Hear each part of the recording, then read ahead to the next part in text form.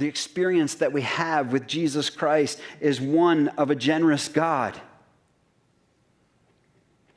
And if you have to be commanded to be generous with your life, then you don't see a clear picture of what he has done and who he is. Martin Luther said this, "Lord, you are my goodness, and I am your punishment." What was he saying? God, I get all that you deserve. I get the blessing.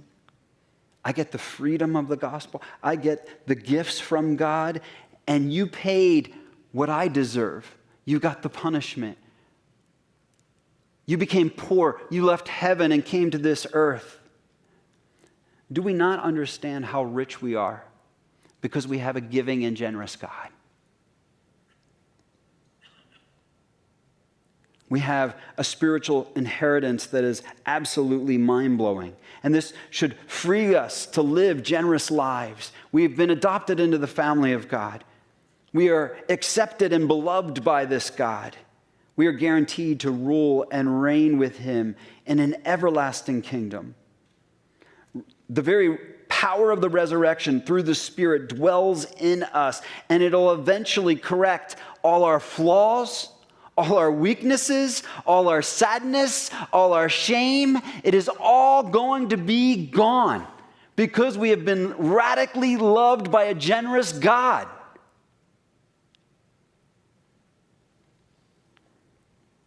I am so rich because Jesus became poor.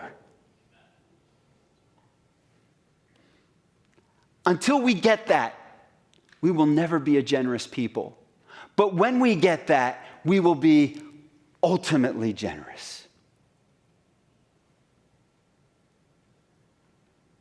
That's why 1 Peter 2:7, Peter said this, "To you who believe this, to you who really understand the gospel, to you who understand the sacrifice of Christ, to you who believe he is precious."